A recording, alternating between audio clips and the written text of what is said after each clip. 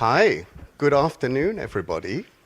Welcome to all of you in London in the beautiful venue of the Science Museum, and to everyone joining us by webcast to our second AI Day. And we're really excited today to show you some interesting new things. But before that, the formalities. So here are our forward-looking statements, which you can see, and you can refer to those in the presentation if you'd like more details. We do not commit to updating these, and these are current as of today.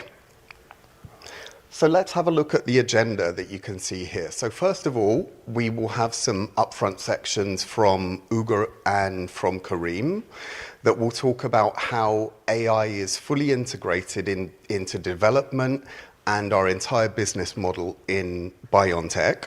And then we'll move on to some InstaDeep examples where you're going to see lab-validated results and their applications. So we're really excited, and that will show an evolution from what you saw last year. So now I'd like to introduce to the stage Ugur Şahin, our CEO of BioNTech, and he's going to present the opening presentation on advancing a disruptive tech bio company.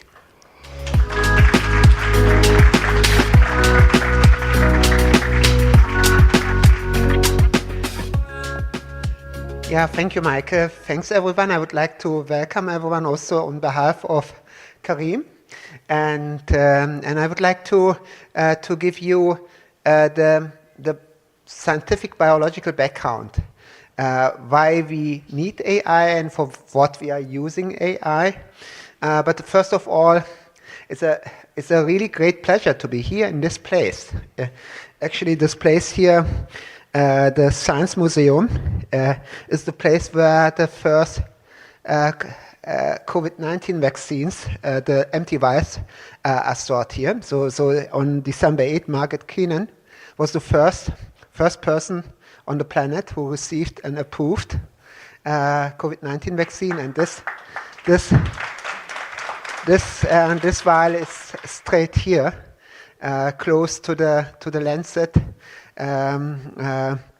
from Edward Jenner, who introduced the very first vaccine study worldwide. But today is about AI, and this is just showing you that our AI approach is not limited to London. It's a global approach. We have sites where we do AI on multiple continents, and actually we have been doing AI in 2019 was the first time that we met Karim and started to work with InstaDeep. But we were doing AI before that, but we didn't call that AI. It was machine learning. Yeah. And what is really new with InstaDeep coming in, while we were developing our tools based on existing technologies, I think what we can say about InstaDeep is really research on developing new technologies, completely new technologies, and therefore we are not only doing research and development in pharmaceuticals, but also research and development for our AI tools. Yeah. So a few words about BioNTech. We are a late-stage clinical company with multiple programs in oncology, which is our core focus. But we have also a broad pipeline in infectious diseases, particularly for diseases with high medical need, for example, TB, malaria, HIV, and others. And AI is, in the meantime, really fully integrated into BioNTech. Yeah? I would say there are only a few projects where we don't use AI approaches, and the most important is that we are continuing to improve our methods and technologies with AI. I give you a little bit a background that you understand what we are doing and how AI is connected. Our core focus is oncology.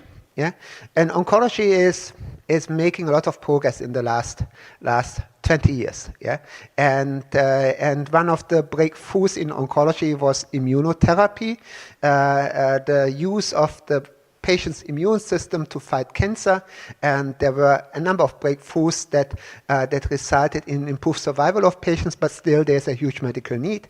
More recently, we see new treatments based on ADCs and bispecific antibodies, and of course, we believe in the future of messenger RNA therapeutics, immunotherapies, that could provide us additional benefit for eliminating tumor cells. But let's start with immune modulators. So the classical immune modulator, which is the most widely used category, is anti-PD-1 antibodies. Yeah? And the example is nivolumab or pembrolizumab, which are have been used in hundreds of thousands of patients. And we were developing in the last years bispecific antibodies because we were interested to increase the fraction of patients who can respond to bispecific antibodies. And one of the molecules that came in from a partnership with a Chinese company BioNTech, is BNT327 pumitamig. Yeah? And this is a highly interesting molecule. It combines two modes of actions. It's anti-PD-1, which releases immune cells, which are inhibited by the tumor cells and enable immune cells to act and kill tumor cells. And on the other side, it inhibits the generation of vasculature based on a mechanism which is blocking VEGF, and it has a number of additional magic tricks which result in immune responses and objective responses in cancer patients across multiple cancer entities. And this is really exciting development in the whole field.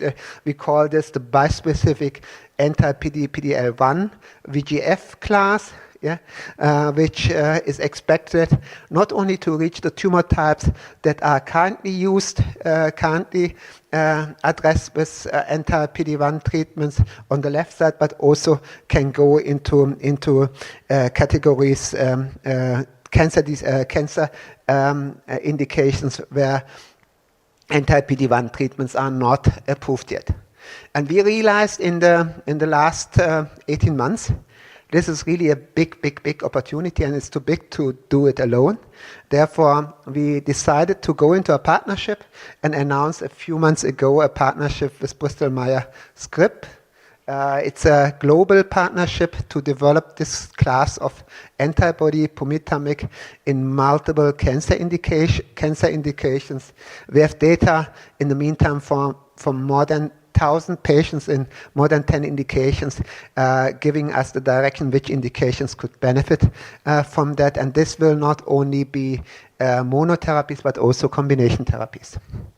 So we believe that this type of treatments can help us to control tumors and in some patients also provide lasting clinical benefit, ideally cures. But cancer is very complicated. And most of the patients who have initial control progress over time, and the reason is here depicted in a simple cartoon. Yeah, so cancer is evolving from healthy cells by DNA mutations, and these DNA mutations are just accumulating over 5 to 20 years. Yeah. And so that means during the accumulation, the tumor cells, because these are all random mutations, generate a heterogeneity. And in individual cancer, by this reason, is really individual. No two patients share the same type of mutations. But the bigger problem is even that we have an intratumoral heterogeneity. That means every tumor cell carries another set of mutations. Yeah? Which means that we have a situation where cancer can evolve, yeah, over time, and is an evolvement not only against the treatment, but also an evolution against the immune system. And so knowing that from the very beginning of the 1990s, where tumor immunology really became molecular, we were interested in cancer vaccines, yeah? Because cancer vaccines come up with the promise that we might be able to induce immune responses against multiple epitopes. So if the tumor is polyclonal, yeah, the idea is here to induce a polyclonal T-cell response that go into different directions so that we can combine multiple antigens. And this polyspecific activity is expected to remove the last million tumor cells that remain after treatment, for example, with checkpoint blockade. So we have developed and pioneered several approaches to that. Two of them are shown here. Yeah. One is aiming really to completely individualize the treatment. That means it's based on identification of the mutations in individual cancer patients by sequencing, and then these mutations, because they are recognized by immune responses, are called neoantigens, and then we assemble a vaccine which is tailored to these mutations. So the first description of this approach was in 2011. We showed the preclinical approach, and in the meantime, we have multiple clinical trials running in various indications, including pancreatic cancer. The second approach uses a complementary concept. That means if we say certain tumors tend to have certain type of tumor antigens, yeah? So we identified them. And for example, in melanoma, we have identified 4 antigens which cover 100% of patients with melanoma. In lung cancer, we have identified 8 antigens covering more than 90% of patients. So it's a combination vaccine approach where the vaccine is off the shelf, yeah, and then used directly for vaccination. So there is no need to generate de novo.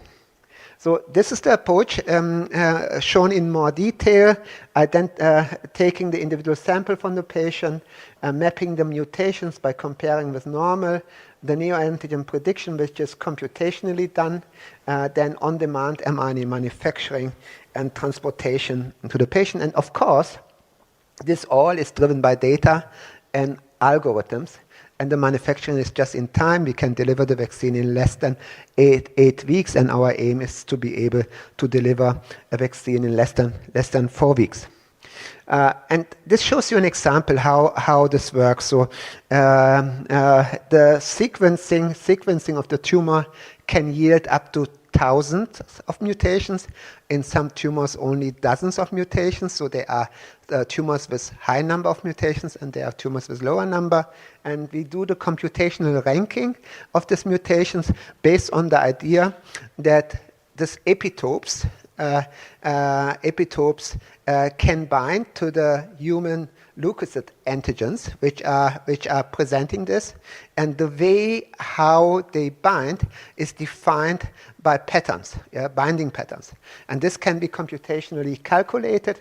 And on this calculation and many other features, for example, how much the mRNA encoding these mutations is expressed in the tumor, and whether we expect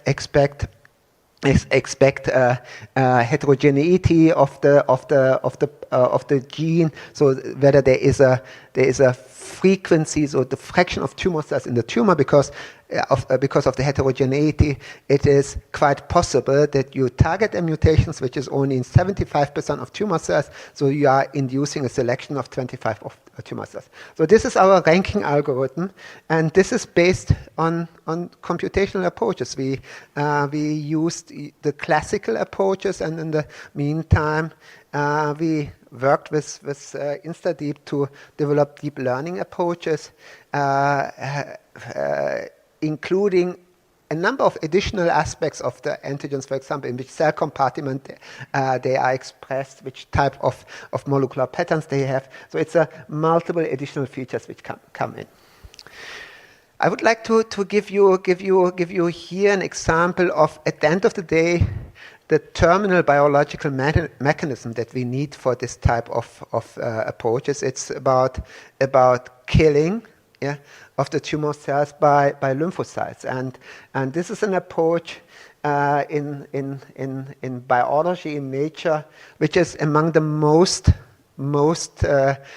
deeply quality controlled biological events. Yeah?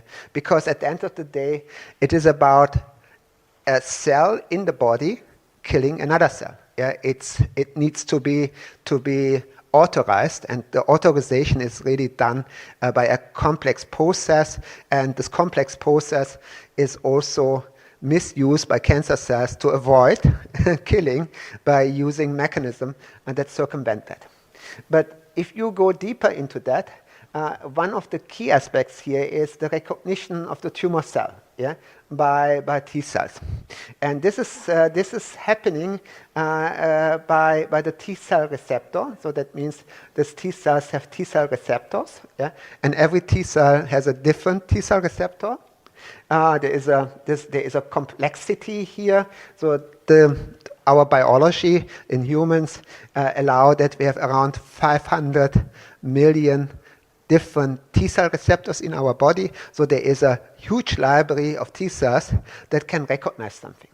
Then we have the HLA molecule that is on the tumor side, yeah, which is presenting an antigen which is inside the cell. So the mechanism is here actually evolved to recognize hidden viruses in our body cells. So it's an immune attack against infections, yeah.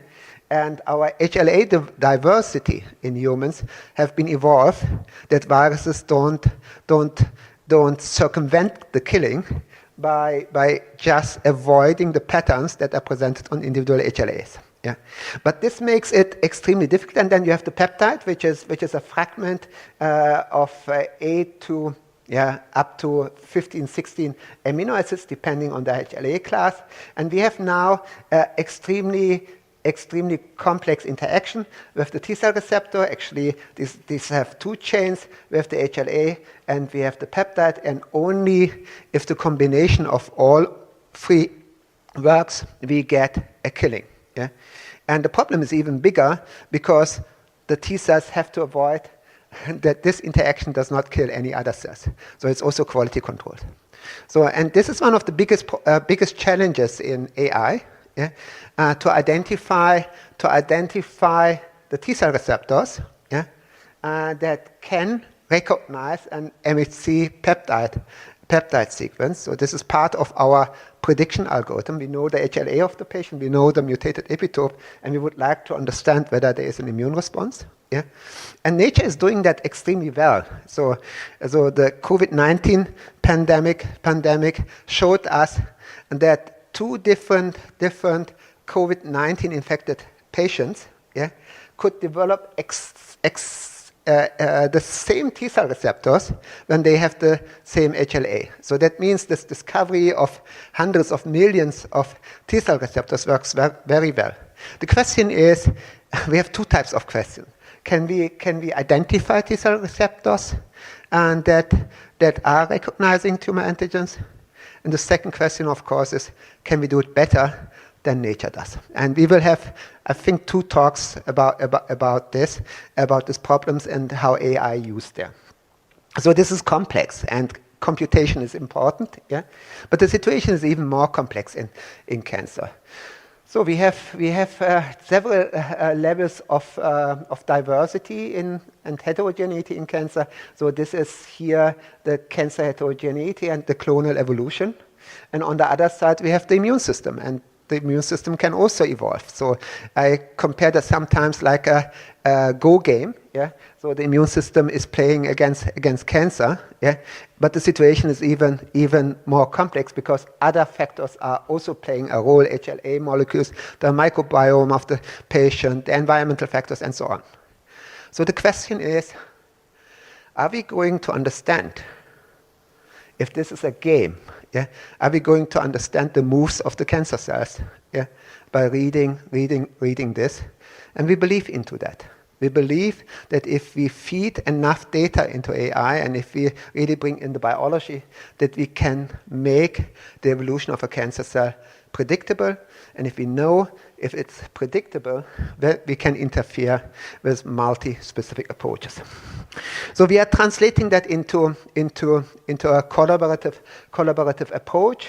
On the one side, we are generating data from our personalized vaccine studies, preclinical and clinical studies, and on the other side InstaDeep and colleagues are developing new tools like DeepChain. Yeah? We are using these tools, of course, not only for optimization of cancer vaccines, but also optimization of proteins, mRNA structures, and so on. Yeah? And Karim will talk about our in-house supercomputing clusters and how this contributes to obtaining better results. So in summary, this slide shows our vision, and I think this is more than our vision. It's really the view of a future fully integrated AI tech company, which combines a number of capabilities. Our vision in future is that we can take clinical samples, do a personalized omics, understand what is going to happen, and use our pipeline of molecules to come up with a combination treatment which is consisting of off-the-shelf drugs, yeah? For example, pumitamig or our ADCs, plus a personalized vaccine. Yeah? So this is, in principle, we have shown that this is doable, but we need to do it at scale, and we need to do it in an affordable manner. Yeah? So I think this is a good introduction for Karim, who now will come and introduce the capabilities that InstaDeep has built.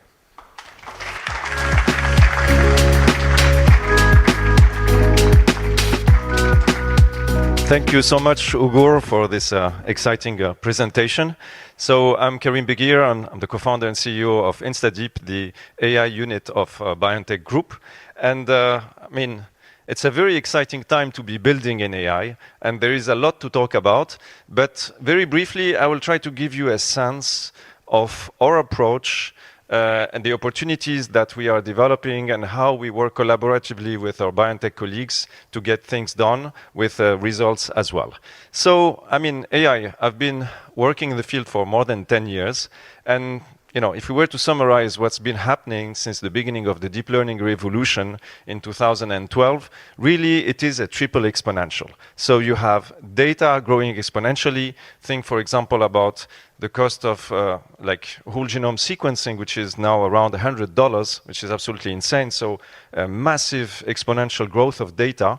But it's also compute, and finally, model innovation. So the compute side of things, I mean, it's pretty incredible how predictable things are. I mean, this is for me one of like the most impressive sort of like graphs in the history of like computing and machine learning more recently. But if you look at since the 1940s, since everything started with the first computers like Colossus, ENIAC, and the other, and despite technology changing so much, I mean, at the time it was vacuum tubes, now we're like in chips and semiconductors, in the future maybe quantum computing, yet everything is so sort of like linear in a log space. So here the y-axis is actually sort of like increasing by a factor 10 at every point. So you see like how this exponentially keeps going, and sort of like this is also famous as Moore's law, which in general for computing is like compute efficiency for a given budget. You get twice as much compute every roughly 2 years. But in AI, it's actually Moore's law on steroids. Like the amount of compute which is deployed in ML workflows doubles every 4 or 5 months. So this is actually pretty insane. But it doesn't stop there. And the third point is model innovation, because yes, we have more and more data. Yes, we have more and more compute, or at least more affordable compute. But the third point, and perhaps the least understood, is the efficiency of the models themselves. In 2012, in the beginning of the deep learning revolution, you needed to label literally like millions of data points to get an algorithm to learn. You don't need to do that anymore with self-supervised learning and recent progress. You can literally feed the entire internet or entire databases and get the system to learn. And incredibly, actually, the efficiency of those models improves every 8 months by a factor 2. What do I mean by that is if you want to get to a certain level of performance, every 8 months, you need just half the compute to get there. So not only do we have a crazy amount of compute coming in and becoming available, a crazy amount of data, but the efficiency of the models is absolutely incredible. So it is a triple exponential. But yet, if you follow what's been going on in terms of like progress and the like, it does feel that progress is almost vertical. And sometimes one wonder, like, is this hype? Is this a bubble? Or is it true that progress in AI is going to be incredible in coming years? And I would tell you, like, having been training neural nets for now more than 20 years, I think that this is real, and we're going to see incredible progress in coming years. And actually, there's something qualitatively different that is happening that didn't happen before. And what is that? Well, it is that AI is so competent that it is actually now accelerating itself. So if you think of AI as a plane with 3 engines, and these engines, like we saw, are data, compute, and model innovation. AI is so competent now that it is at the point where it's going to accelerate every one of these drivers and hence push progress much faster and deeper. And so this new era that Richard Sutton, one of the godfathers of AI, named this year as the era of experience, is taking us to new heights and allowing progress in a way that was simply impossible before. And here I want to show you a little bit like what happened since the beginning of the deep learning revolution. In the very early days here, you had progress which was coming from games. Like you had, with technologies such as reinforcement learning, you had a score and you had systems that would learn by maximizing this score. And then we had the big ChatGPT moment, and this is like became the golden age of large language models around 2022. But then again, we're coming back to a time now where systems based on trial and error are coming back to become very effective. And the reason is AI is so competent now that what used to be possible only for games becomes possible for a larger class of problems. And so systems now can actually improve data. They can create synthetic data for the problem at hand. And using reinforcement learning, improve their own answer to those questions. So this is what has been driving, for example, like progress in reasoning systems. You could see it also, for example, in a lab to optimize a certain protein sequence. Like lab results are understood by AI that's going to use those to further improve its answer. So effectively, we're not limited by data anymore. We still need a lot of data, but systems now can generate synthetic data and take advantage of it and progress. So AI now is driving data, which is the first engine. The second engine, like we said, is compute. Well, today, I don't know if you noticed, but NVIDIA keeps coming with these GPUs much faster than before, roughly now a new generation every year. This is because those hardware systems are actually co-designed with AI. It's not only very clever engineers, it's also AI systems using technologies such as reinforcement learning that are really accelerating progress in hardware. This is the same for Google with its TPU V7 chips and other that are co-designed by AI. So you see how AI is boosting its own hardware. And finally, model innovation itself. One of the things which is the most amazing about this period is that we actually reached the gold medal at the International Math Olympiads, at the International Olympiads of Informatics, Computer Science, this summer. To give you an idea, only a few years ago, like 4 years ago in 2021, we thought it would take another 20 years to get to these results. And these were the experts in the field. And yet we are there.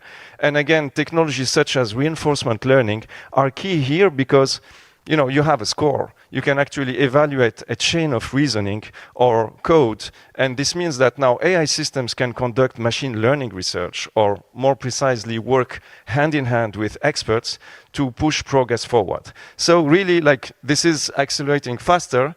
And again, technologies like reinforcement learning becoming more and more important. So at InstaDeep, we have anticipated those trends for a long time. And I'm very proud to say that we've been active in reinforcement learning research in particular for many years, and this work is coming to fruition. So today, I'm very happy to let you know that at the next NeurIPS conference, which will take place in December 2025, NeurIPS is the largest and most influential machine learning and AI conference in the world. We actually have multiple RL papers accepted, including for the first time in our history, an oral accept on top of a spotlight accept. So really, congratulations for the team for pushing the envelope in terms of algorithmic innovation in RL. It's really exciting. But it doesn't stop here. And what's exciting also is that we've had the most productive 12 months in InstaDeep history. So if we look at where we were at the last AI Day to this day, we've had actually 6 Nature journal publications on biology and AI. And for me, this is a testimony of the quality of the innovation that is taking place between BioNTech and InstaDeep. This is collaborative work between our different teams, and really like super, super exciting, including for the first time in our history, a cover of Nature Machine Intelligence in June.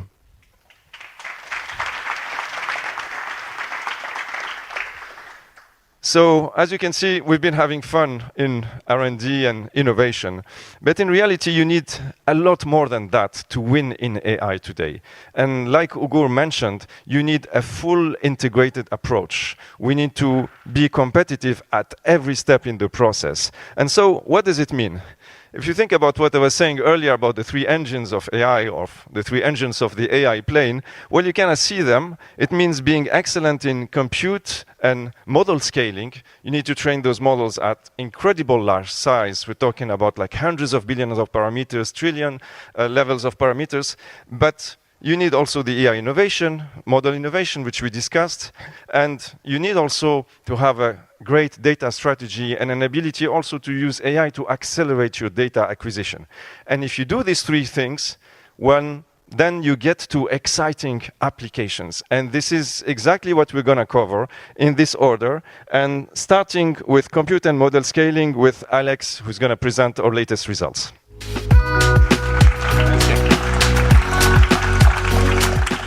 Hi everyone, it's a pleasure to be here. So I'm Alex, I'm the head of AI research at InstaDeep. And echoing what Karim said, we had indeed a very interesting summer, a very exciting one. So we've seen that AI has made the headlines with major accomplishment being, achieving gold medal at the International Math Olympiad, winning programming contests with generally capable model, and even now stepping into the real world, right, with advances in robotics and physical intelligence. And I would say, in my view, these are not isolated milestones. These are predictable outcomes of the scaling laws, right? So the scaling laws, let's say, it's an empirical law stating that the performance of modern AI system is a predictable function of the resources spent to train such system, being data, time, compute, memory, and so on. And so it's not only a single scaling laws nowadays, actually. It's the pre-training scaling laws as we know, but also post-training, which is really enabling agent to actually interact with an environment, being simulated or real, and learning from these interactions to accomplish even greater tasks. We also have the inference time, the test time inference scaling laws, which state that you can spend more compute to refine and polish the result of what the AI system will produce. So the question for us is, okay, as a company, how do we position ourselves there to perform in this new environment? And the philosophy of InstaDeep has always been to build an integrated AI ecosystem, starting from the hardware, going to the orchestration and software. Because it's only through, at least it's our belief, it's only through a tight hardware-software integration that we can gain the performances, the cost efficiency, and the control required to achieve our objective. So how does it work in practice? Last year, it's for this reason that we had the pleasure to announce that we built the Kyber cluster, which is an AI supercomputer made of NVIDIA H100. This contained 14 of these racks, which have been engineered in-house by our bare metal team to optimize the performances for our own AI workflow. For example, scaling large language models training or running simulation for RL training, like Karim mentioned. It brings our total compute capacity to 500 petaflops, and is now our major source of compute power for the company. Now that we have this hardware, which is critical for our work, we need to make it very easily accessible by all engineers to empower their work. And so there also we built our own product, our own platform, which is called AI Core. It's a full product available to our customer and really enable us to run very seamlessly experiments on Kyber. So with just a GitHub process, git commit, we can run experiment very easily. And that's why our engineers, around 200, 300 of our engineers, are actually submitted more than 15,000 experiments a month in average in 2025. We also keep our GPUs and hardware very busy, where we maintain a very high usage of 75% of GPU usage on our cluster. The next step in building on top of that is obviously the ML software stack that we have to design to, let's say, squeeze the most performance out of each hardware accelerator. And that's why we'll be building an entire ML ecosystem that is meant to be very efficient, scalable, modular, such that we can answer the requirements of the research development in which we operate. So let me give you 2 examples of this in action. The first one is about scaling large language models. So LLMs are part of our daily life, and sometimes we train them, quite often actually. And so here we took the challenge of trying to scale our nucleotide transform models, which we published in Nature Method later last year, to 100 billion parameters model. The first challenge here is that a 100 billion parameters model does not hold on a single device, on a single GPU. So the first things we have to solve is actually how do we distribute it, how do we shard it across GPUs? And our answer here is to use fully sharded data parallelism within a single DGX, within 8 GPUs, and then horizontally scale that across all the racks of Kybers. Here I just depict 3, but we have more than that. Horizontally scale that using data parallelism. If we were to grow our model even more, we could use tensor parallelism, we could use pipeline parallelism, or even like sequence parallelism if we want to handle a very, very long context length. So that's the first point. The second one, at the code level, we have to do a lot of optimization as well. We can use advanced CUDA kernels, like flash attention. We can do mixed precision and quantization, or we can try to optimize the XLA compiler and use better network configuration, and so on and so forth. The result is a staggering 66% model flop utilization. So just the definition means that basically we maintain our hardware busy 66% of the theoretical limits of the hardware, right? And so just to give you a reference point, the large public run of Llama 3.1, which contained like 400 billion parameters, the MFU was around 40%. Of course, it's a much larger network. It's run on thousands of GPUs, which should give you a sense of the meaning of that number and how high it is. And we're actually going to talk a lot more about the foundational model we built in the next section in a few minutes about our AI innovation. The second example I want to give you is about scientific computing. Traditionally, when scientists are trying to discover, look for a new molecule, a new drug, new chemicals, materials, well, they start with thousands of candidates. But realistically, only a few of them can be tested in the wet lab, right? So scientists face not only this kind of discovery problem, but this smart selection problem, right? The problem is that if you choose the wrong candidate among the many potential, well, you waste time and resources. So how can we do a smart selection here? And lucky for us, let's say most of this property can actually be accurately estimated using quantum chemistry. The problem here is that quantum chemistry is extremely slow, sorry. It's accurate, but slow. On the other hand of the spectrum, you have classical force fields that are extremely fast, but really prone to errors. So how do we handle this? Our objective has been try to combine the best of both worlds, the quantum level accuracy, but order of magnitude faster. And our answer to achieve that is MLIP, machine learning network potential.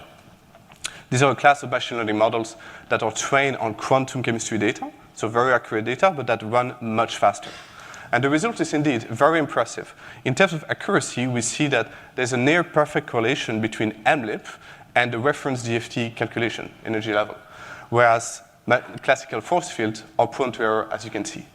So it's accurate, one, but second, it's also much, much faster and cheaper, actually up to 10,000 times cheaper. For any dollar spent on MLIP, you have to spend more than $10,000 of classic DFT calculation. So it's usually a huge improvement. And in addition to that, as opposed to classic quantum chemistry method that don't scale very well, MLIP does. You can run simulation on tens of thousands, if not hundreds of thousands of atoms very efficiently. So we're very excited about this technology. It's the early days, but we're excited about the potential because of its application to so many different domains and application of interest for us. So I invite you to keep a look on that, and we have a booth downstairs about it. So that, I hope, gives you a sense of what we've been doing at InstaDeep in terms of developing our AI stack, going from the hardware level with Kyber, the orchestration level with AI Core and our product there, and the machine learning software stack. Now I want to give some space for Bernardo, who is going to describe how we've been using this stack to develop the next generation of foundational models in genomics. Bernardo.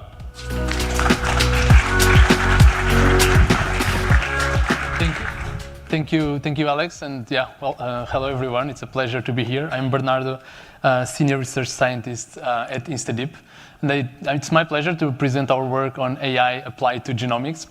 So genomics is a study of our genome, our genes, and how they play together in our cells. And I want to show you how we are using AI to understand that. So the first thing we did last year was to publish our first model, our foundation model for genomics called Nucleotide Transformer. And since then, it has become one of the most popular genomics AI models in the field and used in many papers and to develop many new models.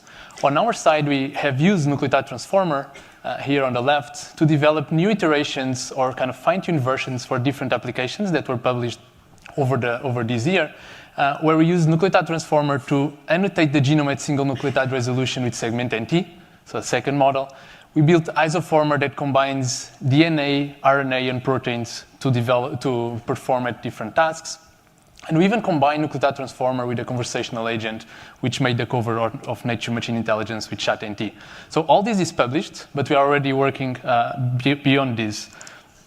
So if I put into perspective the current models that exist in the field, nowadays we have models that learn from genomes. So Nucleotide Transformer is an example, EVU as well. So they are just trained on genomes and then fine-tuned on different downstream tasks. And on the other side, we have models that learn from functional data. So Borzoi or AlphaGenome from Google.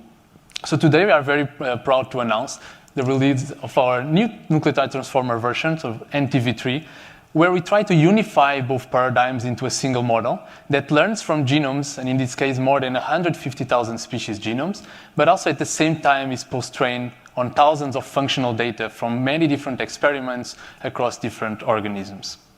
So what is NTv3? So NTv3 combines a full set of capabilities, being multi-species, but also multimodal, going from genomes to functional tracks, genome annotation, all at once. It goes from human genomics to plants and metagenomics, is now capable to process sequences of 1 million nucleotides, so the longest that exists nowadays, and is also generative. So it can design DNA sequences with de novo properties, and I will show you some validations in the lab as well.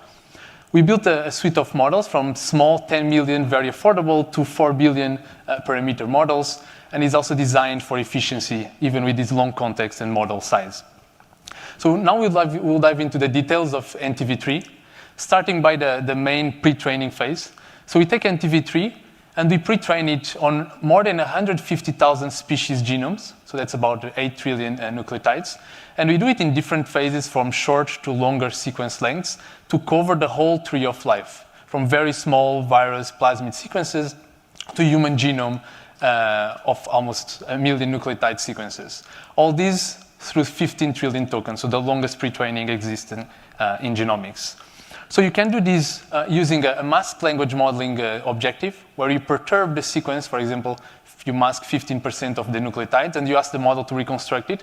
And if you do it over and over again, the training loss or the error at this objective kind of starts going down, so the model starts learning this objective.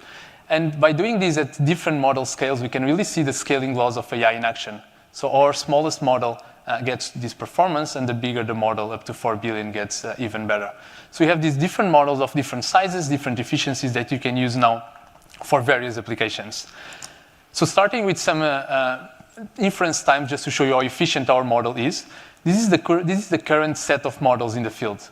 So when you compare across different sequence lengths, up to 1 million, the efficiency in terms of inference time, you can see that they all suffer, and it's very hard to scale these models to long sequences. So that's a common issue in the field.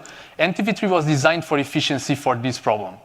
So with our here shown our three NTv3 models, you can go up to 1 million nucleotide sequences with a minimal loss in terms of inference time. So it's very, very affordable and possible to use for downstream tasks at this scale. We tested this NTv3 on the first set of tasks, long range, around 44 tasks that go from gene expression, chromatin accessibility, genome annotation across various human tissues. And this is just to show you kind of a busy plot of all the tasks we have been compared NTv3 against other competitive models. But if I summarize all this information and group it by quantitative and classification tasks, we can observe that our models are better than the competitive models, and particularly our small model, just 10 million parameters, and it's already very efficient. So that's the main message, the first main message. So very good small foundation model, very easy to use. But if you scale the model size, you can see that you get performance on both types of tasks.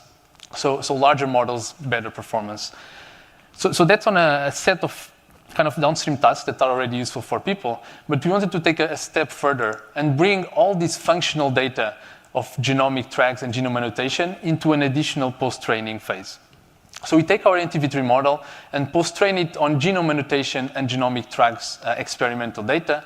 So this means that we take for a few set of species all the introns, exons, splice sites, all these elements that matter in the genome, and we try to use NTv3 to predict them from the sequence, and at the same time NTv3 needs to predict all these experimental data, so around 17,000 experiments from 16 animals and 6 plant species at single nucleotide resolution. So these are kind of example profiles that NTv3 needs to predict. And doing this with sequences up to 1 million nucleotides long. So we do the post-training on all this data, and then we can show you how we perform with NTv3 on genome annotation and genomic tracks experimental data. So we start with genomic tracks, and just to give you an idea of what the actual predictions look like, this is a piece of our genome with 2 different genes. This is a 1 million nucleotide window. And here I'm showing experimental data from K562 leukemia cells. So at the top, you have the experimental data, for example, from RNA-seq, DNA-seq, and other different assays. And at the bottom, you see the NTv3 predictions. So it's in one go, the NTv3 can predict for a 1 million sequence, single nucleotide profiles that match very well the experimental performance. So you see, with NTv3, you can predict and recapitulate these assays. This is an example for 2 genes, but if we now look across the genome and just compare with the state-of-the-art model, so the Borzoi model, across these different experimental readouts in human and mouse, we are showing an improvement over the state-of-the-art across all of them. So we are outperforming the current models on this single nucleotide prediction of experimental data from human and mouse cells. So that's on genomic tracks. We can also evaluate now our model on genome annotation. Again, this is a busy plot, but that's how our genome looks like. So we have a 1 million window with many genes at the top. And our model has to predict all these different elements. Where is the gene, the intron, the exon, splice sites, and all these elements have different resolution. So I'm again showing you the actual annotation with the predictions of NTv3. And if we zoom in, to be easier, if we zoom in into a gene, now we can see a kind of a better pattern of the gene with all the exons and the introns in these lines. We can see that NTv3 predicts that indeed it's a gene, the locations of all the introns, and the locations of all the exons, and even the splice sites, which are just 1 nucleotide out of this 1 million context window. And the same for the UTR regions. So very rich predictions from NTv3. They look like the actual annotation. And we can, again, summarize the performance and compare with the state-of-the-art model, segment NT, so the percentage improvement across all these different elements, so 14 elements that we train NTv3, again, showing that we outperform the current state-of-the-art on gene finding, regulatory elements like promoters and enhancers, and also splice sites. So we take the pre-training, learn from genomes, we take the post-training, learn from functional data, and we outperform the state-of-the-art models there. And we can even now bring the model further. And instead of just being predictive, like previous models, the previous version of NT and Informer, we want to bring this model to the generative space as well. So nowadays we have models like Evo that are generative, but we don't have models that do the 2. So NTv3 is the first model that can do the 2 in one go. So NTv3 learns from these native predictions and functional data, but can also do de novo and conditional sequence generation. And that's thanks to the mask discrete diffusion framework that we implemented in NTv3, where you can guide NTv3 to generate sequences with a given property. So we are unifying representation capabilities with these fine-tuning approaches with generative capabilities. And I want to demonstrate this using an example that we actually took it to the lab and validated. So we collaborated with the researchers from Vienna, from the IMP Institute, to design enhancers that are promoter-specific. They activate specific genes. And so enhancers are sequence elements that modulate the expression of genes, so they can be very useful for gene therapy, to activate genes in different cell types. So we wanted to design enhancers specific for promoters, but that are active at different levels as well. So we took NTv3, And with this mass diffusion approach, made it generative and generated enhancers for different tasks, I will show you after, and validated them in the lab through reporter assays. So first experiment that we did was to prompt NTv3 to design enhancers with different activity. So you take a gene of interest and you want to design an enhancer that activates the gene with low, medium, high levels. We trained NTv3 to do that, generated a few sequences in the computer, sent them to the lab. They generated the sequences and added them into cells in a reporter assay. And in this plot, I'm showing the experimental results. So in gray is the native enhancers from the cells. So you see that you have enhancers that activate the gene at low levels, medium, and high levels. And I'm very happy to say that when we tested the generated NTv3 enhancers, we observed the same kind of phenomenon. Our prompted enhancers for low activity were indeed lowly active, activated the gene less. But we could also design enhancers that activated the gene even stronger than the native enhancers. So this was a success in terms of generating enhancers that activate genes at different levels, again, validated in the lab. So this was the first experiment. Then the second one was to design enhancers that activate specific genes, specific promoters.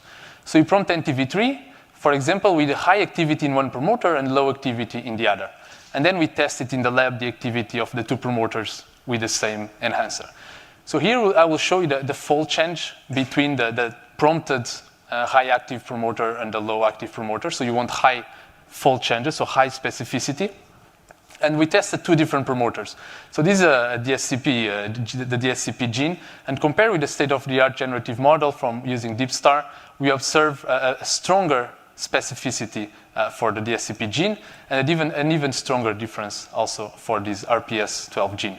So this is showing that our models can design highly specific enhancers towards specific genes. And again, in gene therapy, for example, this can be very promising. So these were two experiments validated in the lab, and I just want to come back again to the whole presentation and the different key points that I mentioned today. So NTv3 can be used to predict experimental data that we call genomic tracks from different cells. So think about gene expression, chromatin accessibility, etc. Can be used to predict the annotation of genomes and can be applied across different species, for example, genes, splice sites, etc. By predicting all these properties, we can now infer or interrogate NTv3 to predict the impact of variants on all these different properties. And you can even bring this further and generate sequences with specific properties, like enhancers in this case. So very, very happy, I think, for this milestone to present here today, this NTv3. And with this, thanks a lot. Thank you so much. Thank you so much, Bernardo, and really, I want to congratulate you, Thomas, and the entire NT team. NTv3 is a breakthrough, and really, it's so extraordinary to see the team getting to build the largest context window in genomics today, state-of-the-art performance, an order of magnitude faster inference than anybody else in the field, and all this at very reasonable budgets. If we compare to frontier labs, it's really like a testimony to the incredible innovation happening at InstaDeep and BioNTech. But it doesn't stop here, and we've just shown you state-of-the-art lab-validated results in genomics, but we are also very active in protein space, and we're going to have Bora introduce our latest cutting-edge results in protein design. Bora.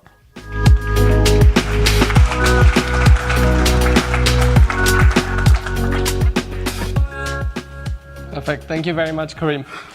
So, hi everyone, my name is Bora. I'm a research scientist here at InstaDeep, and today I'd like to take a little bit of time to talk to you about our use of Gen AI for protein and specifically antibody engineering. So I'd like to start by taking a few seconds just to set the scene. So when we are normally designing a protein, we're not just designing for one property. We're actually optimizing multiple properties all at once, and the solution essentially needs to satisfy multiple constraints. Now, the traditional way to approach this would be to develop n models for n different tasks and then apply one after the other. The problem with this is that it's very, very inflexible. If the task at some point should change, so maybe your internal pipeline, so the actual experimental pipeline changes, then you need to go all the way back to scratch, develop new models, curate new data, so on and so forth. So we want to flip this on its head a little bit. What we envision is essentially just one big model that has been trained with as much of the data of interest as possible, and so is aware of all of these things. Essentially, it's learned a very rich joint distribution over all of the different attributes that we care about. That means that at inference time, the scientist using this model and interacting with it can essentially prompt the model specifically with only the things that they care about. So one model essentially becomes all of these previously mentioned models. Another advantage here is that because you're training the model with lots of data, the model can also learn correlations that were previously invisible, and that drives up performance. So we spent a lot of time thinking about what sort of model, so what sort of architecture, ML paradigm is the thing to go with here. And we ended up using Bayesian flow networks. These are very well suited to different types of data which we encounter in scientific settings. And we first started by publishing a proof of concept paper where we introduced our models PropBFN and AppBFN. These are sequence-only models, and we actually showed that compared to leading autoregressive models, BERT-style transformers, and diffusion models, they outperform them in terms of both sequence naturalness, diversity, and all the things that we care about. But today, I'd like to take this a little step further and introduce AppBFN2. AppBFN2 is our first truly multimodal antibody design model, and it allows a scientist essentially to flexibly interact with the model, design antibodies for any task that they're interested in, and optimize them on multiple fronts.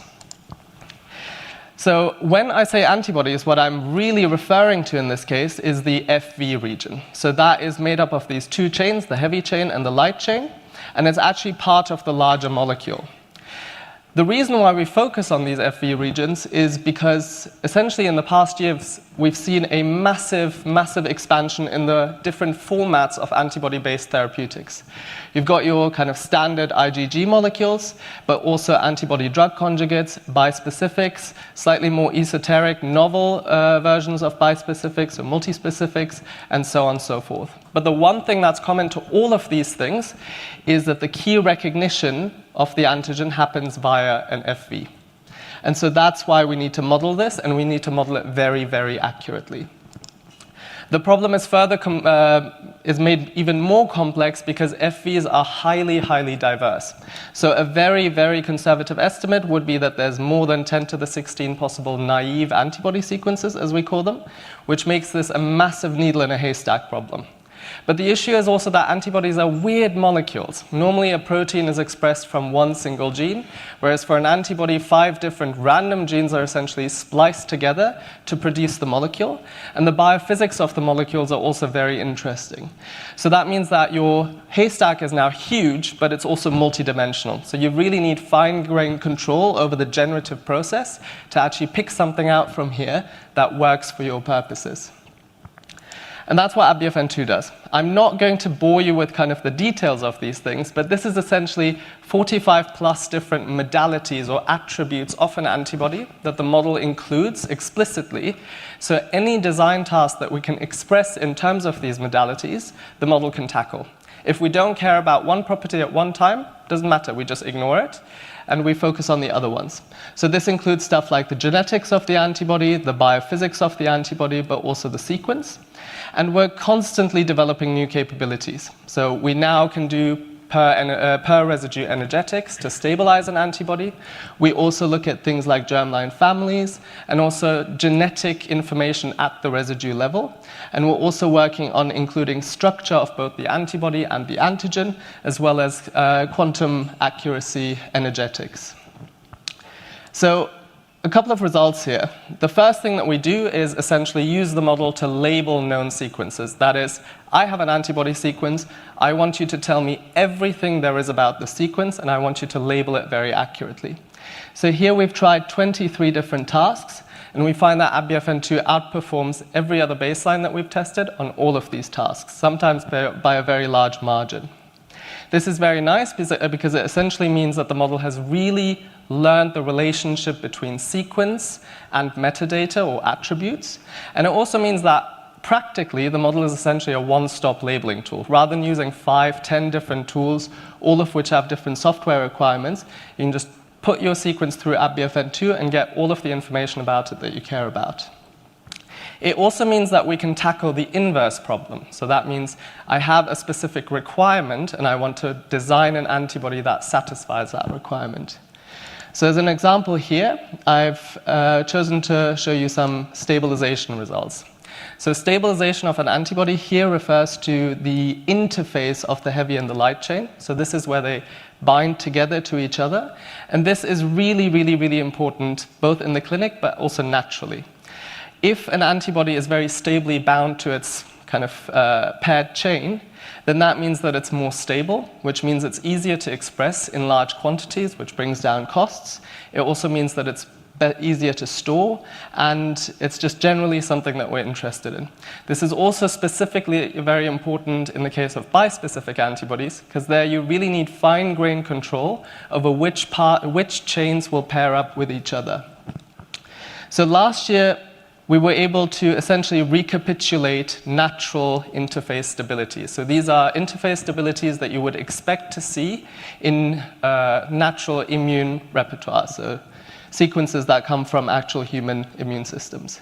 This year, we've pushed this even further, and we can now actually arbitrarily set the energy that we want, and so we can tune essentially the stability of a given heavy light chain pair. Another thing that we're interested in is multi-parameter optimization. So this is, you have 5 different properties or 10 different properties that you all want optimized. And as I said, traditionally you would use 5 or 10 different tools, one after the other. The problem is that these tools are unaware of each other, so they might undo each other's effects, so to speak. And also they will introduce more mutations than are strictly necessary. In our case, we make use of AbBFN2's capability to understand all of the attributes all at once. And we also make use of inference time compute scaling. So we tell the model, here is the starting sequence. Here are the 5 things that I want you to optimize, so bring into those blue regions. And then essentially we allow the model to think about its response, edit it here and there, and make changes progressively. And we see really, really nice results with this. So when we look at all of the antibodies that we've tested here, we have an 80% success rate. If we actually look at only the antibodies that you would in the first place take a little bit further during preclinical development, so the tractable ones, the success rate shoots up to more than 90%. And the very, very interesting results in this case is that the number of mutations for one objective, for instance, is at 46.6. This is roughly in line with experimental approaches to doing this. But when we add 4 extra objectives that we optimize for, we actually only need 10 more mutations. So the model is really aware of, if I make this change, this actually satisfies multiple things at once, so this is the best one to choose. Now, part of this is also sequence humanization, or essentially reducing the risk of an adverse immune response of a sequence. Traditionally, again, with a purely experimental approach, this is often done in a kind of trial and error way. You take your starting sequence, you introduce a few mutations, you check that everything still works, you do that again. If something breaks, you revert back to a previous state. Do that again over and over until you essentially find your idealized candidate. This can take a very long time, but you might also at some point during this process realize, oh, this antibody was never going to be optimized. So what we want to do is essentially integrate models like AbBFN2 into the experimental workflow. So rather than having this iterative approach, we essentially use AbBFN2 to optimize the immunogenicity risk. This takes 20 minutes, and then afterwards you can still do all of the things that you were going to do, including affinity optimization. And this really is as easy as I make it sound, because we've also ensured that the model is usable, right? So we've packaged the model, it's now available on DeepChain, and we've essentially made sure that certain workflows that people might be interested in are easily accessible. So in this case, for instance, we can do conditional generation where I have certain attributes that I want in an antibody. So I could say, for instance, oh, you know, I have this specific CDRH3, so loop length in mind. I have the light chain sequence already, and I have most of the heavy chain. So I want you to just generate me the rest of the heavy chain. Generate me a library that I can then take forward. Alternatively, for the humanization workflow, we've actually packaged this as well. So in this case, all we need to do is enter the sequences that we're interested in, set essentially how many times we want the model to iterate on these sequences, and then press go. So to save us the time here, I've actually pre-run one of these humanization experiments. And you can see here that the input sequence is given. And you can see as the the model works its magic, changes are made progressively. And over time, the humanness increases. We can also then, for instance, scroll down and check that the sequence still folds up in the same way. So nothing has been disrupted.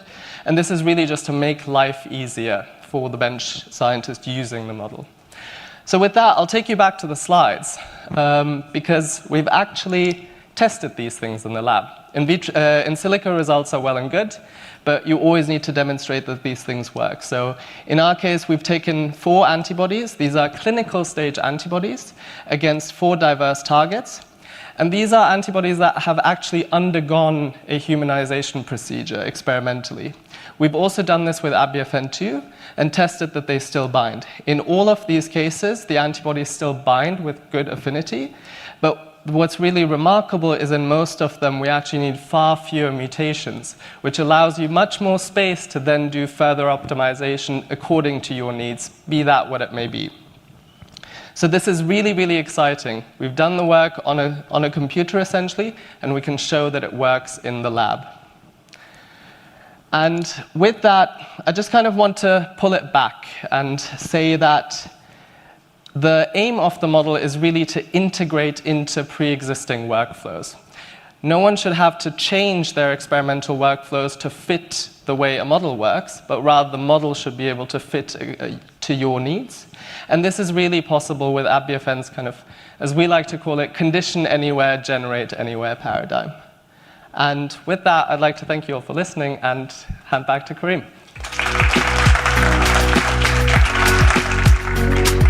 Thanks, Bora. And it's really exciting to see the progress on our Bayesian flow network models. And as you can see, I think one of the differences with last year is this time we have lab-validated results. You saw that for nucleotide transformer. You're now seeing it for our generative protein models. And we are really focused on having an impact. And so where are we now in this presentation? We passed the halfway. And as you have seen, we've been looking at compute, or Kyber cluster results on scientific computing. Then we looked at algorithmic innovation. And now we're going to get closer and closer to applications. And I think a specific point which is extremely important is working hand in hand with our BioNTech colleagues on the data front, making sure we can extract as much insight as possible from the data. And in this context, I'm very happy to introduce Nicola, the head of our BioNTech AI team, as well as Youssef, to tell us more about the work we're doing in data. Hello. Pleasure to be here. My name is Nicolas. I am the head of BioNTech AI team at InstaDeep. Hi, Youssef. Hi, I'm Youssef, and I'm a machine learning engineer at InstaDeep. Basically, BioNTech AI strategy is quite simple. As Ugur mentioned, it's driven by data, and there is always potential to continuous improvement of our algorithms. The more and more we generate data, we will show that in the context of the INES personalized vaccines, but this is all across the company. And we are also aiming to learn as much as possible from the tumor. No? This is where the information is, and this is where we need to develop algorithms to leverage as much as more this information for the design of effective vaccines. So we would like to walk you through 2 examples of how we are designing AI algorithms and tools to actually learn from the tumor and learn from the data itself. One on the sequence space and one on the image space. First, let's talk about the sequence space. And for that, I want to introduce you the concept of the dark proteome. The dark proteome encompasses uncharacterized proteins from hidden translation products beyond the canonical proteins and known PTMs. Those proteins that come from protein coding genes, traditional classical protein coding genes. So there is a whole new world of proteins or peptides that are not born the same way.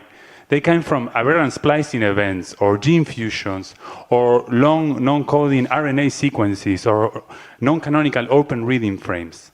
So how can we look at this? We wish we had like sort of lantern to illuminate the dark protein, and for this we developed Instanovo, a tool that does peptide sequencing, de novo peptide sequencing, library-free peptide sequencing, and I will tell you why this is very important. Sequencing peptides is very complex, right? It's not as simple as sequencing DNA. You need to chop your peptide into pieces, into fragments, and then accelerate those fragments in a magnetic field. These fragments have a mass, a charge, so they give a trajectory, and then we end up having a spectra like the one you see here, the MS2 spectra here. In traditional mass spectrometry, what you use is you will have a library, a reference library, where you really know what you are looking for canonical human protein, that is easy, but for de novo peptides, for non-canonical peptides, that's a bit more complex for the dark proteome. And once you have the library, you do a database search. So you try to match this spectra with your library to finally get, in this case, your known dark tumor antigens. What Instanovo solves is the problem of having this library, which we don't really know in the context of these non-canonical peptides. Another interesting thing is that these peptides could be very cancer specific, so they are great for designing targets, new targets, target discovery, or biomarkers for cancer. Ugur said that in the end, the cancer fighting is cells, like your immune system fighting your cancer cells. Well, you want to kill the ones that are cancerogenous, right? So your target needs to be cancer specific. So just to give you an idea of how we are using Instanovo here, we see a table here where we have tumor and normal identifications, and we find a few peptides where you see that the number of tumor identifications is much larger. The output of these peptides come from Instanovo. So it has already shown this potential in detecting tumor-specific epitopes from these undocumented open reading frames. The Instanovo has been published in Nature Machine Intelligence, and we made it available for the whole community to use it and try it. And it has been also covered by Science Magazine on an article of next generation de novo peptide sequencing. This is work that has been done in collaboration with Professor Tim Jenkins at DTU, and we are extending this collaboration for introducing Instanovo V2, an even larger model, 63 million label spectra, where you see the increase in the peptide spectrum matches, and it has a higher accuracy, like 10-15% increase in accuracy in the data set that we have been testing in it. So we are very excited to apply it in BioNTech for the discovery of new targets and biomarkers, cancer-specific targets and biomarkers. With this, I would like to leave the place to Yusuf to show us a bit of how we are trying to improve our digital pathology algorithms. Thanks. Thank you, Nicola. Hi, everyone. So last year, we showed our AI-assisted annotation tool and how we increased the efficiency of pathologists 5-fold. However, 5 times faster pathologists is still not enough because we have thousands of whole slide images to annotate. And the question we had to answer is, how can we reduce the pathologist's annotation efforts while ensuring the best model performance? And the answer to this is data. And in computer vision, usually, when you look at your data, when it's unlabeled, it's different points, like you see here. And what we do usually is that we take random points from your data to use it for the model training. This works when you have a lot of data, thousands or millions of data points you can label. But when you have few data points, and we want to reduce actually the pathologist's efforts, and you take your data and you plot it, for example, in a t-SNE graph, like this one, for example, it's a real t-SNE graph of a data set, you will see that your data points are not covering all of the patterns. So here, each cluster is actually a different pattern in your data set. And you will be missing the highlighted patterns here, for example. And when you test your model after that, you are not sure you will be getting good results in these patterns because the model didn't see them. And what you want actually is that you cover all of your patterns and you don't have to have a lot of data to label. And for that, we actually took the leading open source software in the data curation and the histopathology visualization, and we built our own internal product on that, which helped us to explore, understand, and work with our histopathology data. And here I will show a demo for that. So what you are seeing here is actually the real clusters of data. This is the CRC100K dataset, for example. And when you look at one of the clusters, here, for example, I guess it's the tumor, you will see the same pattern there. And when you go on the other side, this one, I think it's the adipose or the fat cells. Yeah, and you see a totally different pattern. And for this data set, we have the ground truth labels. So if we visualize the labels here, you will see that actually the foundation model is doing really well in clustering the data set. So you can see here that for each different clusters, you have specific colors. For example, the yellow one is debris, and the green one is the tumor, for example. And it's doing even better because for the tumor, for example, here you see that we have a lot of different clusters. So if you take this part from the tumor here, it's specific pattern, and you take another part here, it will give you a totally different pattern in the tumor. So we have even subclasses for each class. And it doesn't only work on these patches. What we made it also, we made it to work on whole slide images, and you can take a cohort, for example, for the task of the MSI MSS, and you can see all your whole slide images. And you can also see their embeddings and their t-SNE graph. And here we fine-tuned a little bit the model on the task itself. And when we visualize the label, you can actually see that the MSI high, most of them are grouped together. And you have the MSI low and the MSS as other ones. You can also see your data to find the outliers and the most unique ones. So we can visualize the uniqueness here. Yeah. So the brightest, the point, it's the more unique. Here, for example, if we take this point and we investigate it, let me open this one here. And we can also investigate the whole slide images inside the app. And when we zoom in actually here, we find it's the most unique because it's out of focus. And that's how you can find the outliers or the wrong data. It's actually the focus is on the marker made by the pathologist and not on the cells themselves. Another feature also you can do here, if you can go back to the presentation. One of the features also, you can actually see your whole slide images, and you can zoom up to the cellular level to investigate them. And we actually built a nice module on there where you can test different AI agents from different providers. For example, here we are just testing a MedGemma developed by Google DeepMind, and we want to see its answer to the question. So you can select a region, and then you can ask the agent. For example, here we are asking if this, for example, if it can confirm the presence of invasive colorectal cancer in the image. Yeah, and here you get the response. Yes, it confirms that. Yeah, you can also give it a try after that in the booth after the presentation. Thank you very much. So you see how we are empowering digital pathologists at BioNTech with these tools. And yes, you are more than welcome to give it a try downstairs soon. Now we leave Karim for more applications in AI at BioNTech.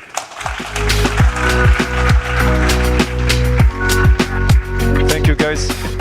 Thanks, Nicola, and thanks, Youssef. It was really exciting to see the progress we're making in terms of like improving the data quality that we have and also quantity.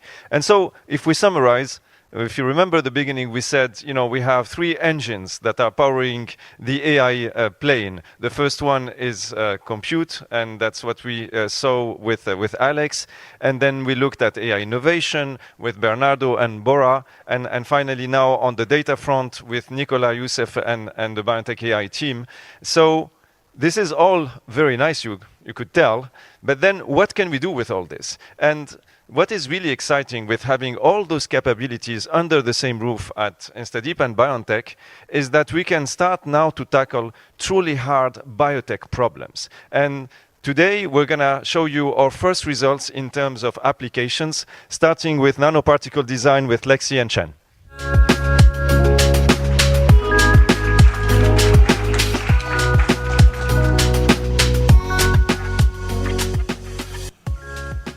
Hi, everyone. My name is Lexi. I am a scientist at BioNTech, and I've been working together with Chang for the last year. One thing that we're really interested in is how to develop the best vaccine. And in order to do this, we look at first, what is our immune system trained to respond to? Oftentimes, that is viruses and bacteria, and these viruses are large, and they have a highly repetitive surface, and sometimes that surface is symmetrical. So what we can also do is look at what have some historically successful vaccines looked at. They've actually taken advantage and harnessed this capability of having something that is large, something that has a repetitive system on the surface, and is symmetrical. Some examples of this include the hepatitis B vaccine against the hepatitis B virus, the human papillomavirus vaccine that helps against cancer, and more recently with the malaria vaccine. Now, all of these really harness what our immune system is trained to respond to. They have an antigen on their surface in this large, repetitive manner. And so we would like to combine with InstaDeep to be able to do this from scratch using AI-assisted de novo protein design. But that's not the only thing that we want to do with this innovation, is we also want to marry this together with the power of mRNA technology, which has been so successful for many vaccines. Now, what does this look like practically? What this looks like is we would like to deliver mRNA and utilize the cell to build our nanoparticles from scratch. This begins by starting with a single protein component that must first find its friends and Velcro to 3 other components of the same thing in a really oriented way. Once they have found these friends, they need to continue to assemble into up to 20 of these thremers coming together to form these beautiful repetitive arrays to form a nanoparticle vaccine. And this nanoparticle vaccine will eventually hold antigens of interest that we want to tailor to our specific vaccine of choice. Now, what can this look like? We want to be able to design not just one of these, but ideally we would have a library of these tools that are tailored and fine-tuned to the application at hand. And here's just an image showing how many of these nanoparticle designs that we want to be able to build and bring to life.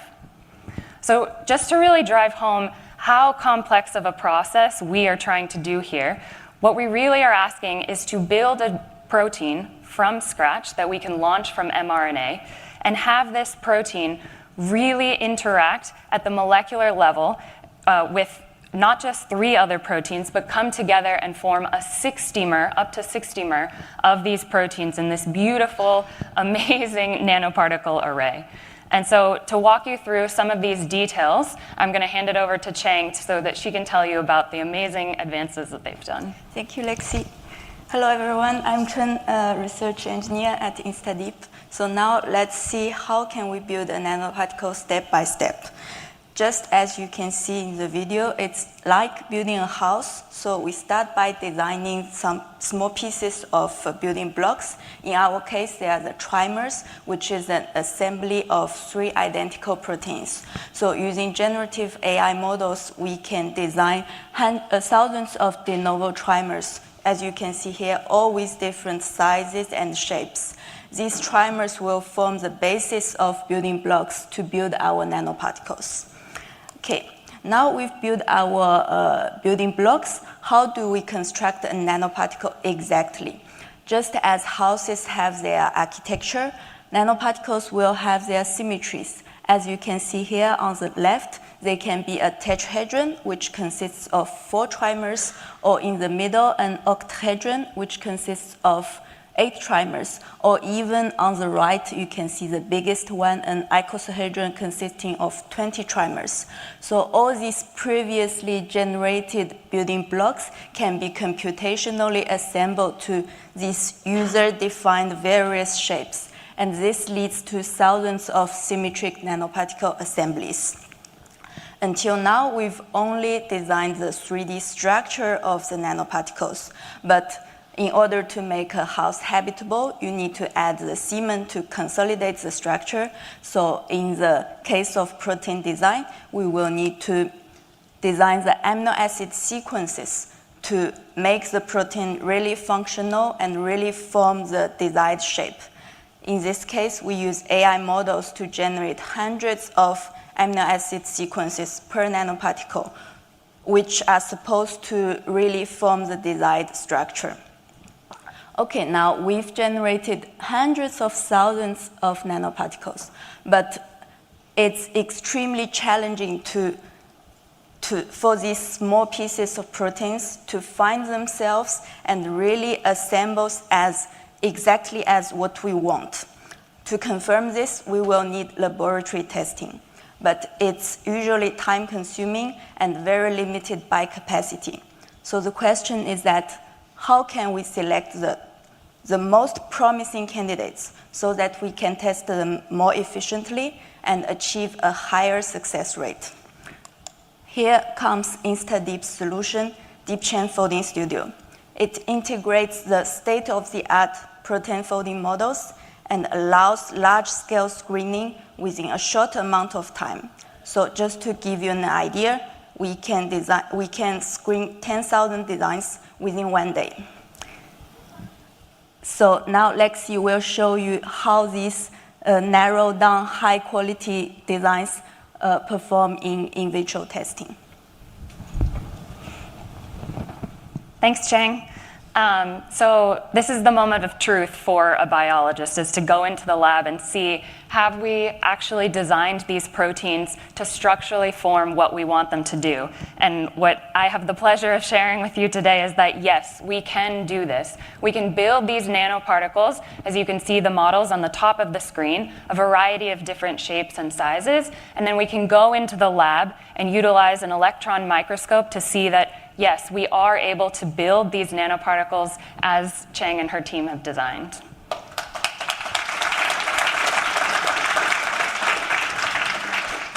But we didn't decide to stop there. What we're really interested in is functionalizing these nanoparticles and placing antigens of interest onto the surface. And so we took it this step farther, and we can also show that we can place antigens on the surface of these nanoparticles, and they still can structurally come together as designed and intended, as again shown by these electron micrographs. So this is really an amazing feat of AI-assisted de novo protein design and structural biology coming together for enhanced vaccines. So thank you so much, and I'll hand it back to Kareem.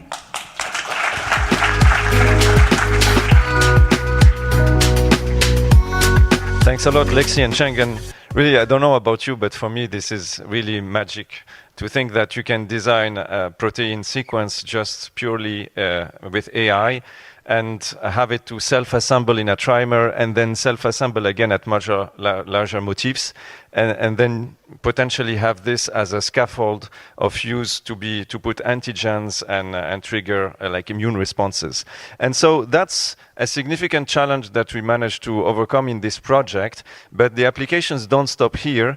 And for our last but not least presentation, we're going to show you amazing work done into the other side of developing like an immune response, which is, could you actually fit a particular, like design particular TCRs for a given antigen target? And this is what Mike and Antoine are going to tell us about.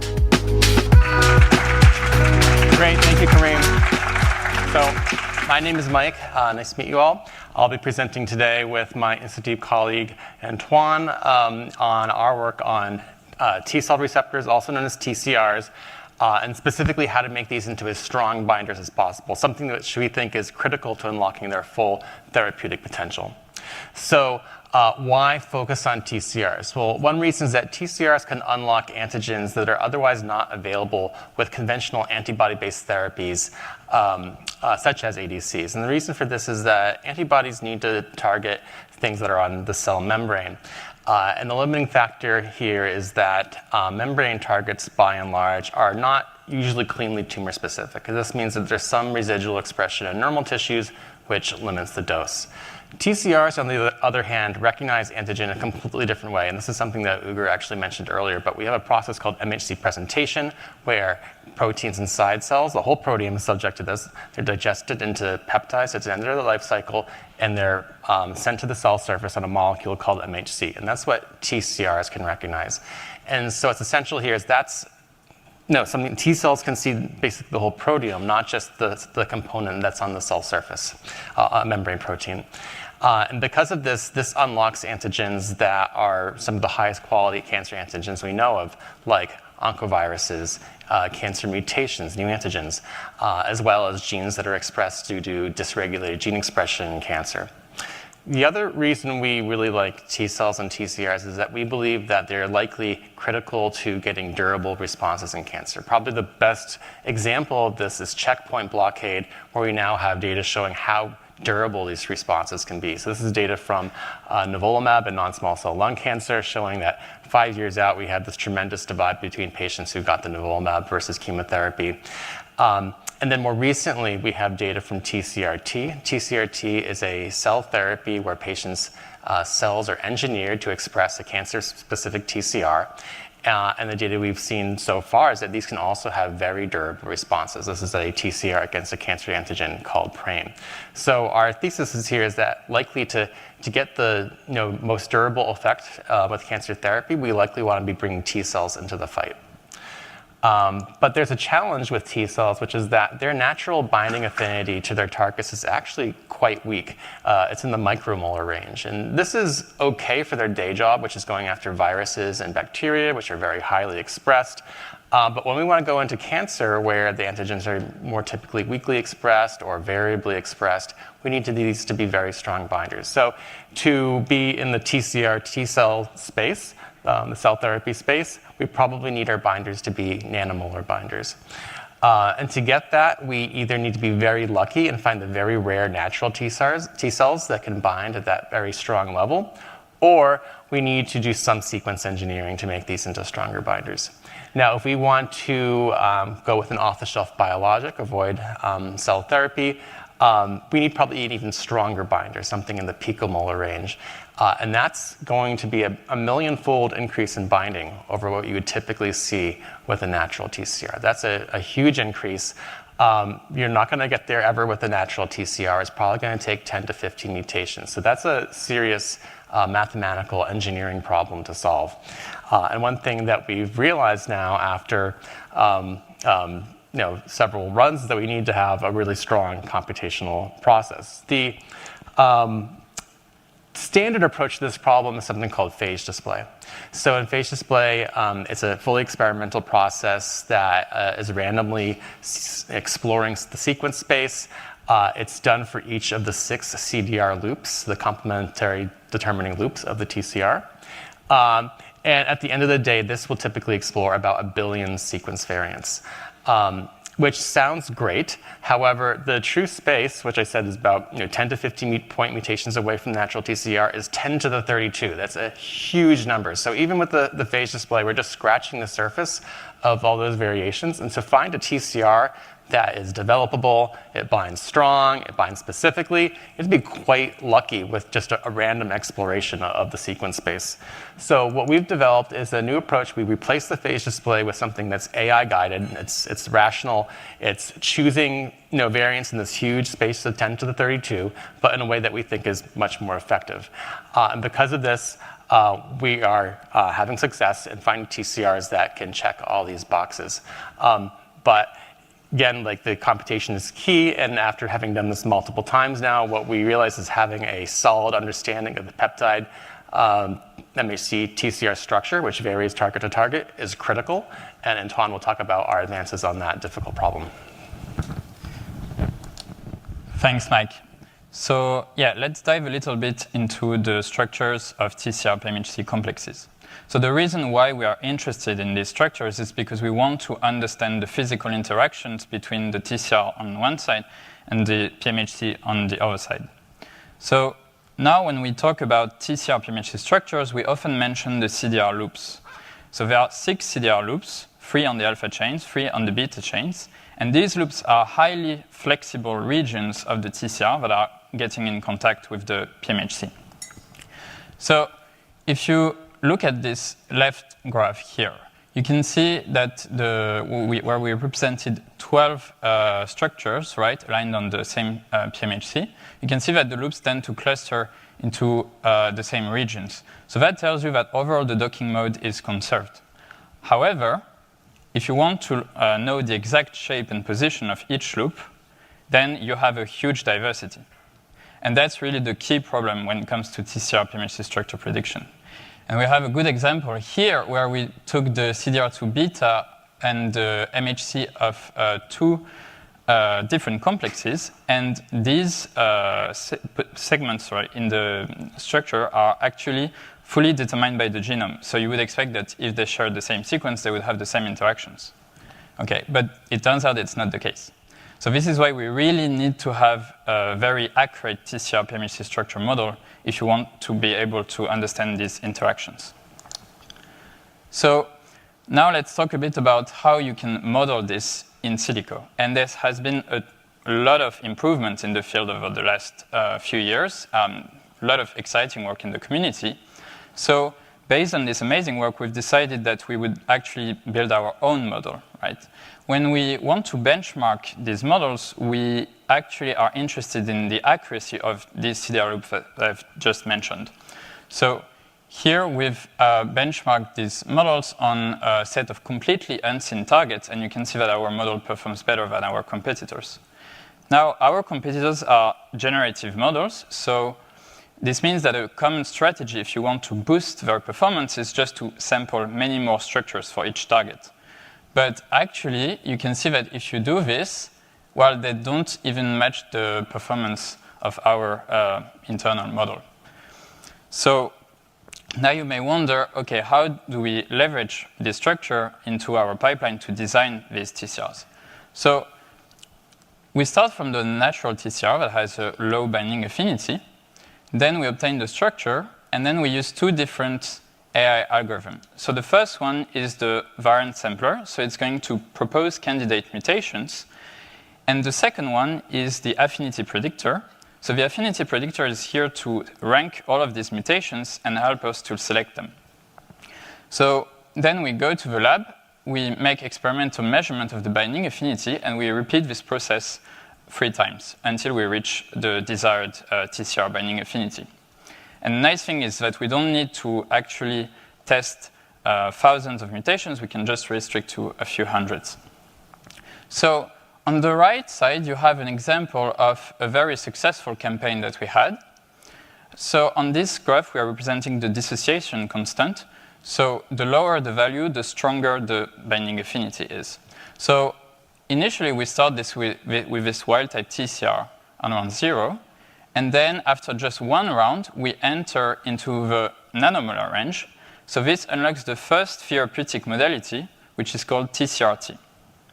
And then we continue after 2 rounds, for 2 rounds. And then at round 3, we reach the picomolar range, which unlocks the second therapeutic modality, that is soluble TCR. And the nice thing with this pipeline is that we are actually able to repeat this process, and we repeated this on 4 different targets. And on average, we had an average binding affinity enhancement of 50,000-fold.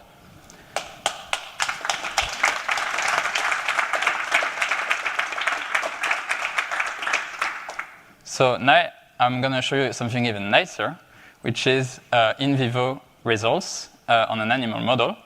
So the experiment is actually quite simple. You take the subject and you implement the tumor, and then every day you measure the volume of the tumor and you inject the treatment.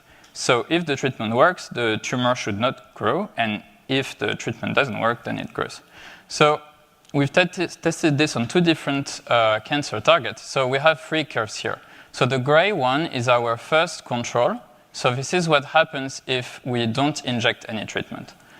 Then the second one is the red one. So this is our second control. And this is what happens if you inject the wild-type TCR, so without any affinity enhancement. And then the last one, the yellow one, is the tumor control with our enhanced TCR. So you can see the results are quite striking, I think, here. Yeah.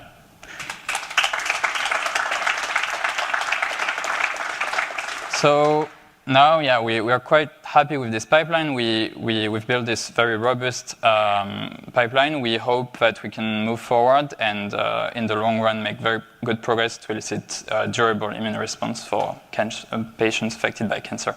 Thanks you.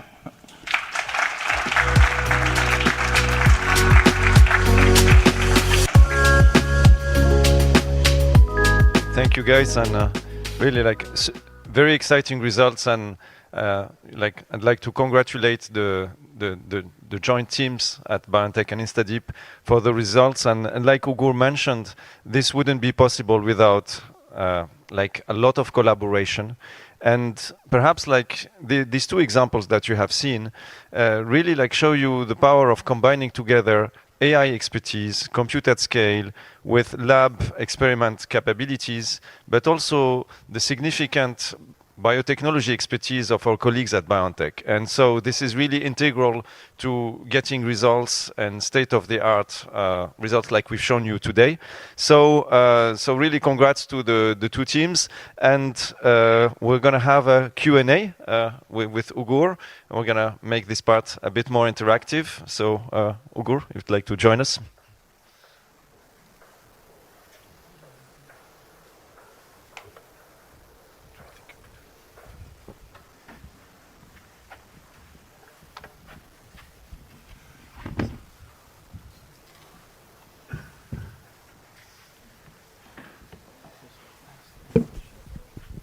Any questions from the audience? Questions? Don't hesitate. Yeah, we have one here. Hi, I am Francisco, Genomics England. Thank you for the exciting session. I have a question about your approach to understanding tumor biology. So we heard excellent insights and applications based on the understanding of the tumor genome and proteome. I wonder if you can tell us about your strategy to also incorporate those interactions between the tumor and its microenvironment and how that can lead to new treatments. Yeah, this is an excellent question. Of course, the tumor, there is much more information than the genomic information. We do also transcriptomic analysis, and the transcriptomic analysis gives us, of course, an understanding, for example, whether T cells infiltrated the tumor, the activation status of the T cells, but we can also decipher more or less all types of cells that are infiltrating the tumor. And in cancer immunotherapy, there are at the moment this categorization, the simple categorization of tumors into PD-L1 positive tumors, PD-L1 high positive, low positive tumors. So at the moment, the pharmaceutical industry is running just with a single parameter, yeah? But we see that the information in the tumor is much, much bigger. We can also see evolutionary processes happening in the tumor. For example, we have found tumors where beta-2 microglobulin, which is the key molecule for presentation of these epitopes, is lost. So there is much more information. And this will come over time. Yeah, we will make use of the information to see how the battle between tumor and the immune system is going on. Hello, I have a question from the webcast here. This is from Jane Ahan from TD Cowen. Where are you mining data from to train your models? And secondarily, how do you incorporate data generated in-house at BioNTech, either preclinically or from clinical trials, to help train and improve the models? Cool. Perhaps I can say a few words on the part about data mining, and Ugur can mention on the clinical side. So really, like what we've been trying to do, and in some cases managed to do quite well, is collect all the available open source data that we can get our hands on. This is what we did, for example, for the nucleotide transformer series and TV3. We reached 15 trillion nucleotides in total in terms of data to train on. And so that's one part. And then working collaboratively with all the different BioNTech teams to have specific data adding to that mix. I want to mention also that data is not all of the same type. We start with pre-training at very large scale, but the value of data that is specific to a given experiment, if you think about, for example, what we have shown on TCR affinity maturation, so lab data developed in collaboration with the different teams is essential here, and that makes also a huge difference in terms of getting results. So get as much data as possible externally and add specific but very high quality data internally. And we're working more and more with the clinical teams also to unlock these capabilities. And I don't know if you wanted to say a few words on that, Ugur. It is indeed we are, with regard to the clinical data, we are not yet in the space of big data. But we are in the space of deep data. With deep data, I mean really the multidimensional information that we can get for patients, including, for example, the images from the histology. And even with a few hundred patients, and without using now sophisticated AI systems, but more or less unbiased statistical testing, we are able to see amazing correlations between survival and biomarker data. And actually, Ugur, you told me sometimes, even looking at data manually with your expertise, you could see patterns. Yeah, this is actually, so one good friend of mine is using the term AI for actual intelligence, and we can really benefit from them until we have much more data, and then actual intelligence could become artificial intelligence. So this is the way. At the end of the day, the learning systems are really based on our human knowledge, where we need to pay attention, and later on, the power of the systems, of the AI systems, is to go beyond that and see patterns that we as humans can't see. Yeah, and we see actually even an opportunity to learn directly from the expertise of the biotech experts. If you think about processes like RLHF, RL from human feedback, it's really about that. And so modern systems could actually learn directly interacting with the different scientists, and this is one of the projects we're working on. So there is a lot more to uncover.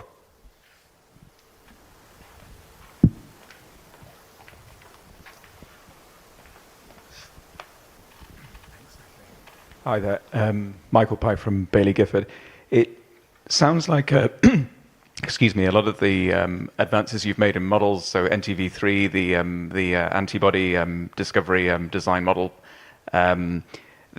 these sound like intuitively to me as a non-specialist, they could be very valuable outside BioNTech. How do you strike a balance between advancing the field and candidly monetizing the work that you've done in this space? I would say, so first, we try to bring all this innovation to our deep chain platform, and you've seen some live demos of it today.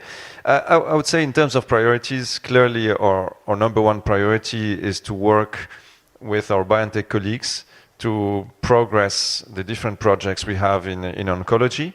But biology is extremely vast, so there are lots of opportunities to develop collaborations with external partners when these do make sense for BioNTech Group, which is very often the case. Not everybody is focused on the same problems, and like you said, those models are quite generic. If you understand antibody structure, different properties, that has a broad application, and I would say even broader for nucleotide transformer. To give you an example, we've built partnerships even in plant genomics. So yes, there's a broad appeal, but our first mission is to support our BioNTech colleagues, and when there is a chance to build win-win partnerships, we will take it. Thank you very much. And a very quick follow-on, if I may, for Ugo. Can you help us to understand what can you do with nanoparticle mRNA that you cannot do with today's mRNA constructs? I think one of the key aspects is the duration of B-cell responses. So we know that that mRNA mRNA can induce really high antibody titers. Yeah? But we also know that the titers are dropping with the half-life of antibodies in the range of 21 to 30 days. Yeah? And with nanoparticles, we hope to see more stable antibody titers because these nanoparticles remain in the body for a pretty long time. Thank you very much. Maybe another one from the webcast then. Agentic systems are the new frontier for AI models, such as Gemini and ChatGPT, just to name a couple. When do you think bio AI agents will become viable and/or useful to us? I mean, they're already useful. I think, as you've seen, like we're very excited about the applications, and some of these are already coming into fruition. But it is true that we're going to see much more in coming years. Perhaps a limitation that we have with the current systems is the fact that, like if you look at models like ChatGPT, Gemini, Grok, and others, they're really focused on learning and training on the internet as a whole. So when they understand biology, they understand it like from reading articles or web pages. They do not, for most of the time, understand biological sequences themselves. And when you bring in like deep understanding of a biological sequence at the nucleotide level, you see really like magic being uncovered. And we had that example with our ChatNT work that made the cover of Nature Machine Intelligence. This was really bringing an expert nucleotide biological sequence model with a general purpose language model. And that showed a lot of promise. So I think that's the frontier. And in this particular case, the team was able to push the frontier forward, but we're going to see a lot more from that. And the future of agentic systems are systems that really understand the biological data in multiple modalities, but also can read like scientific literature in real time to be able to provide perspective and almost like generate novel ideas. I remember, Ugur, you had given us this thought like a few years ago, and this is starting to become true. The systems are capable of formulating scientific hypotheses, and we see this coming and becoming more and more frequent. But if I had to say, like, what's the year where you see this really starting to play at scale, I would say probably 2026, so next year. Great. Maybe one final question from the webcast. Given the broad potential for AI, both at BioNTech and in general, which technologies, modalities, and applications do you think will be prioritized at BioNTech specifically to deploy our AI tools or our AI capabilities? The way how we develop BioNTech is really solving one big problem. Yeah, how to improve cure for cancers. Yeah, and this is not a single application. It is, as you have seen today, really a series of modular tasks that, if combined, provide powerful capabilities to develop novel antibodies, better ADCs, better mRNA therapeutics, better vaccines. And in this setting, I think one of the presenters said, having a system which is universally aware, of all these goals has advantage from a very specialized as compared to a very specialized models. So we have to see how this evolve, but we are very confident that this approach, this holistic approach, understanding immunity, understanding cancer, supporting development of therapeutics in a broader scale, is the way how future pharmaceutical companies should be built. Cool. I think this was our last question. So thanks again for everybody who attended, like either in person or online. It was a pleasure. And stay tuned for more progress. Thanks a lot.